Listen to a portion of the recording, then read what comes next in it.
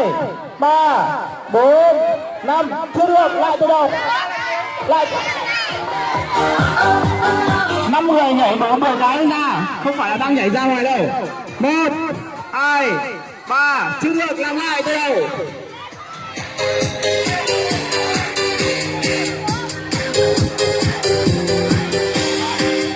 1 2 3 4 5 6 7 8 9 10. Được rồi, chúng ta sẽ chờ tiếp theo. Xin mời Linh.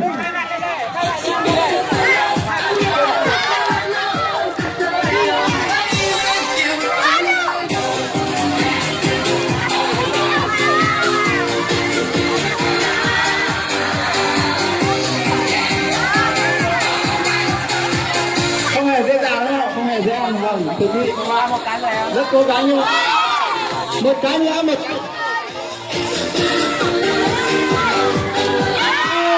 Hai tay này tiếp tục.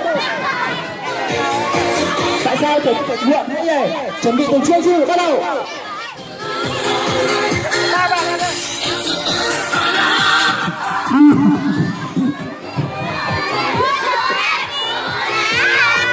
Ôi, bắt đầu bên này nào, sẵn sàng chưa?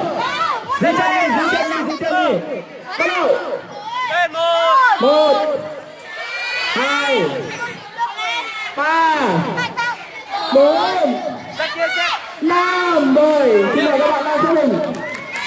Nhanh lên nào.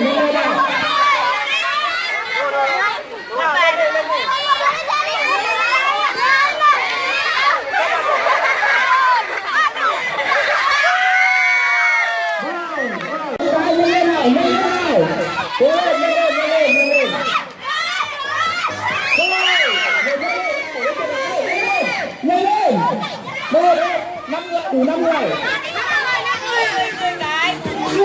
Đủ nào 5 người. Khi nào được 5 người thì phải nhảy 10 cái mình tính. 5 người và nhảy đúng 10 cái. Vào tiếp đi nào. Chưa đủ. Em cứ nhảy đi, đủ 5 người mới tính ra mà. Tại sao nó sẽ quy ra làm gì? Không hiểu luật chơi à? Nhanh lên nào. 5 người và nhảy đúng 10 cái rồi. Chưa được. Nào rất mất nhiều thời gian ở cái chơi này. Không được, tiếp tục nào. Lên. 1 2 3 4 5 6 7 10. Đúng rồi, chúng ta chuyển sang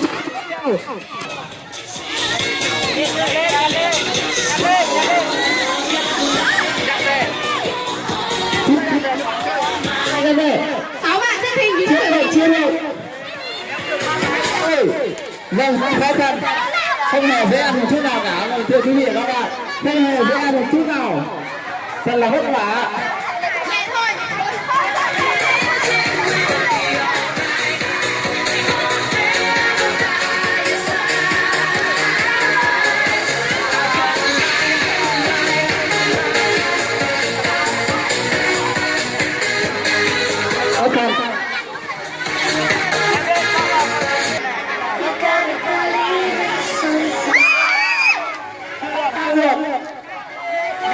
Chúng ta phút 3 2 phút bây giờ một cái chúng ta còn 2 cái nữa.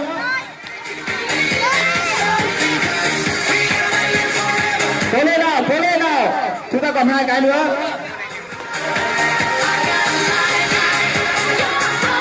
Các bạn gặp bụng chúng ta về vị trí đi trước đi. Các bạn gặp bụng đi. Các bạn gặp bụng chúng ta về vị trí trước.